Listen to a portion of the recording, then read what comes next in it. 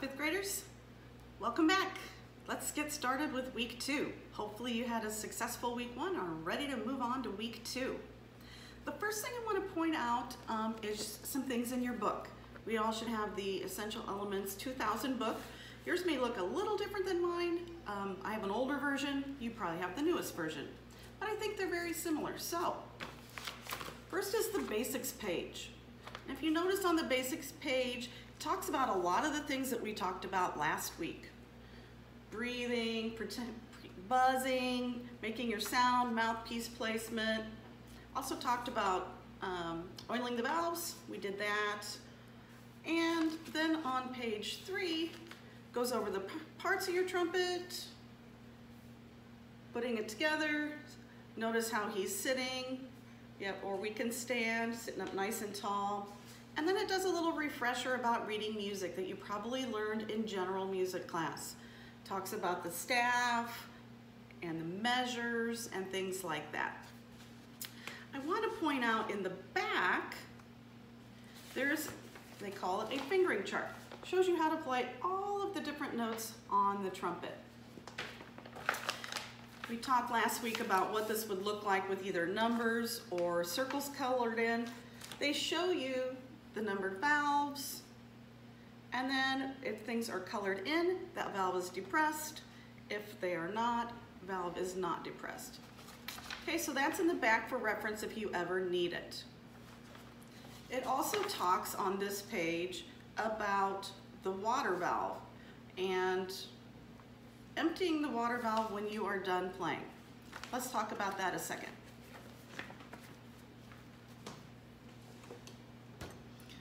On your trumpet, you actually have 2 water valves. Okay, so you can see those. When you're done playing, it's always a good idea to empty those out. Inside your instrument will be condensation when you're done playing. Kind of like when you go up to a window and go, and it gets all foggy. That's what happens inside your trumpet. And then that just moves and goes down into these valves. And if we don't empty them, then our instrument's going to get full of water. Sometimes you can hear it. If you don't empty it, it'll go like a gurgling sound. It just means empty your water valve. We do those just by blowing through our instrument. Okay? You're going to put your mouth over your mouthpiece. We don't buzz when we empty the water valve. So I'm just going to put it over my mouthpiece, and then I'm going to blow while depressing the water valves.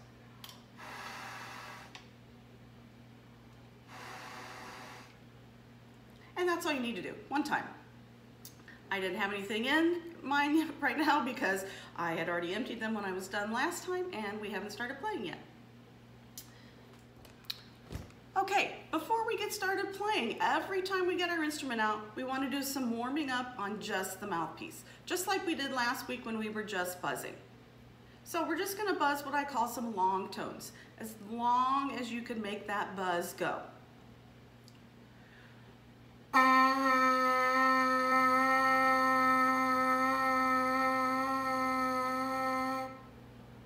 And try it at some varying speeds of air and tightness in your face to try to get those different pitches.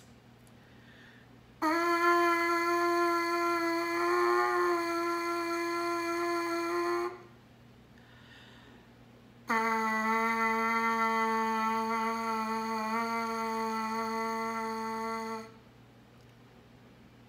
would be a good time to pause your video and try to warm up on your own.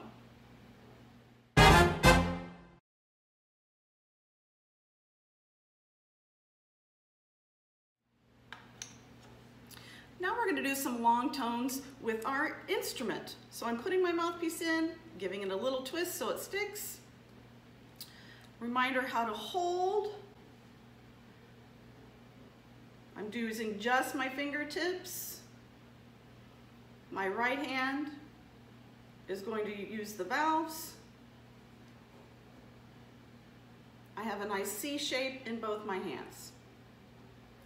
And then I'm going to just do some long tones with the instrument now.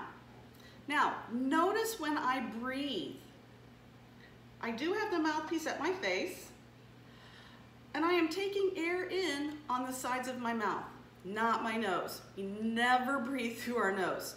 First of all, if you get a cold, guess what? Then you can't even play your trumpet because you can't get air through your nose. Always breathing from the sides of the mouth.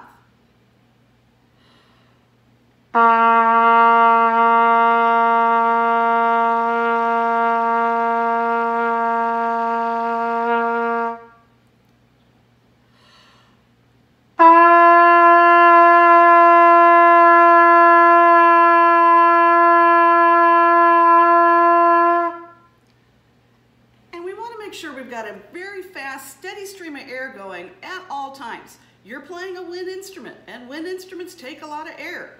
Look at all this tubing that your air has to go through before it comes out your valve. Make sure you're always using lots of air. Now would be a good time, pause your video and do your long tones with your trumpet.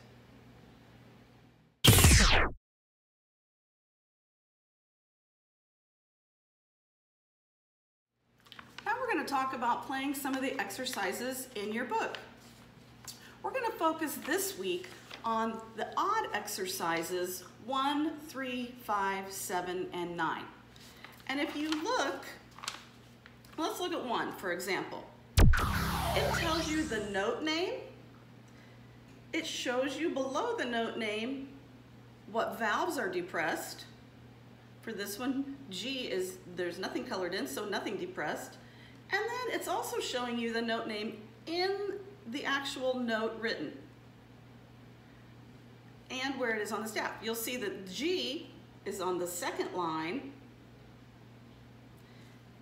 If you remember from grade school, you were probably taught some sayings to remember the lines and the spaces. Spaces spelled a word. First space is F, second space A, third space C, fourth space E, spells face. Our lines, you probably had a cute saying that your teacher came up with. Every good bird does fly. Every good boy does fine. Every good boy deserves fudge. To help you remember the names of those lines and spaces. But this book is helping you out, and it's actually putting the letter right in the note. Now, if we look at 1, 3, 5, 7, and 9, they're all set up the same way. You're going to play a long tone. In this case, we're going to play a whole note. If you remember, whole notes get 4 counts. We're going to play a whole note, and then we're going to rest for a measure, so we'll rest 4 counts. And then we're going to play another whole note, and then we're going to rest 4 counts. Now, I'm going to demonstrate number 1. Some of you, when you did your first buzzing on the instrument, G was the note that came out for you. It was the higher one of the pitches when no valves are depressed. So I'm going to demonstrate how we would do number 1.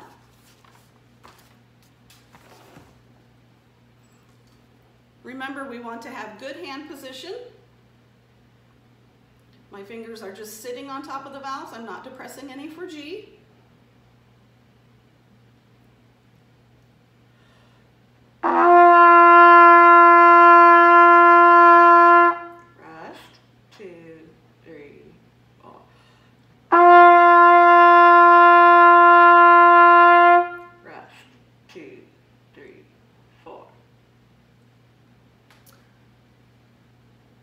I'm going to play it again. Play along with me. 1, 2, ready, go. Rest, 2, 3, 4. Rest, 2, 3, 4. Now, when you play your open note, which means no valves were pressed down, if that G was not coming out, the C was coming out. That is number 9. Okay, so no worries if you weren't getting that higher buzz yet. We're going to do the same thing now in number 9, C, touchdown. You'll see again it shows you C, nothing depressed. Where C is on the staff, it's actually below the staff with the ledger line, and the little C is inside.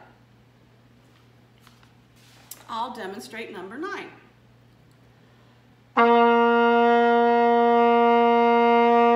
Rest, 2, 3, 4. Rest, 2, 3, 4. Okay, let's play along with me, number 9. 1, 2, ready, go. Rest, 2, 3, 4. Rest, 2, 3, 4.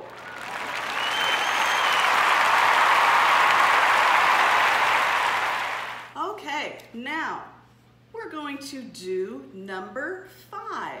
And you'll notice number 5 is E. E is the first line on the staff, and you'll see that it tells you you are going to depress the first 2 valves. Remember, valve 1 is the one that is closest to your face, and we're going to depress number 2. You may ask, what do we do with 3? 3 sits right on that valve. 3 doesn't stick up in the air, 3 doesn't curve and hide, he just sits right up there on the valve. Okay, when we play number 5, E, this is the sound that should come out.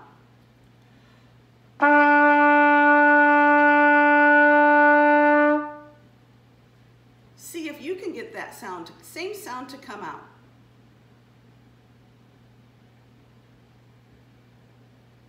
Okay, let's play number 5. Same thing we've been doing with 1 and 9. We'll play our note for 4 counts, we'll rest for 4 counts, play our note for 4 counts, rest for 4 counts. Even though I'm depressing those valves, I still have my good hand position. I'm making my C with both hands. Okay, here we go. Number 5, E. First and second valves, press down. 1, 2, ready, go.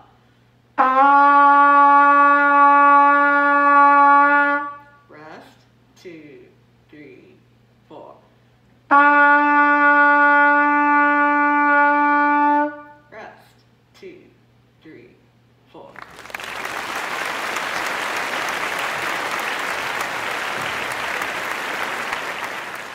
Okay, I think we're ready for number 7. 7 is D. D sits right below the staff. If you look at your fingering chart, it tells you 1 and 3 should be depressed. So I'm pressing down 1 and 3. Please notice 2's just sitting right on the valve. Okay, 2's not flat, he's not sticking up. He's always, anytime you're not using a finger, it's gonna sit right on top of the valve. Okay, when we depress 1 and 3, when you play D, it should sound like go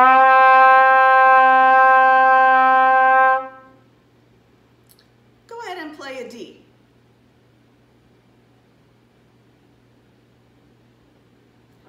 Okay, I think we're ready to play number 7. 1, 2, ready, go. Rest, 2, 3, 4. Rest, 2, 3, 4. Okay, last but not least, we will do number 3. 3 is F. F's in the first space. F has the first valve down. So I'm going to press first valve down. I'm going to just leave 2 and 3 sitting right on the buttons. When you play F, it should sound like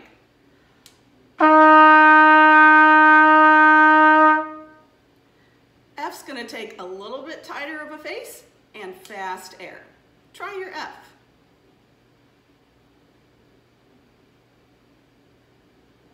Okay, let's play number 3. 1, 2, ready, go. Rest, 2, 3, 4.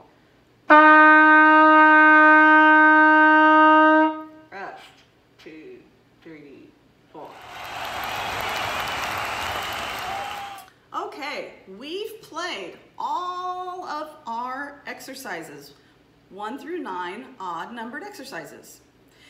You should notice the higher the notes go on the staff, the F and the G, you're going to need to firm up your buzz a little bit, and you're going to need to press a little bit faster air, push a little bit faster air, because those notes are going to take a little tighter face, a little more air. If they're not coming out right now, no worries. We're just getting started. We're just getting these muscles trained. Remember, that's why I said a lot of your practice needs to be just on your mouthpiece, because your mouth muscles need that training to know where they need to be and how much air we need for the different pitches on the trumpet. Okay, so if when you buzzed your open note, your natural note that came out was G, the higher one, I want you to practice the exercises in order, 1, 3, 5, 7, and 9. If when you buzzed, the natural note that came out was the lower one, the C, I want you to practice them in reverse order. 9, 7, 5, 3, 1. And that'll help you work your way up to that G. So this week's Flipgrid, we're going to do those odd exercises. Okay, either 1, 3, 5, 7, 9 or 9, 7, 5, 3, 1. Good luck and have fun.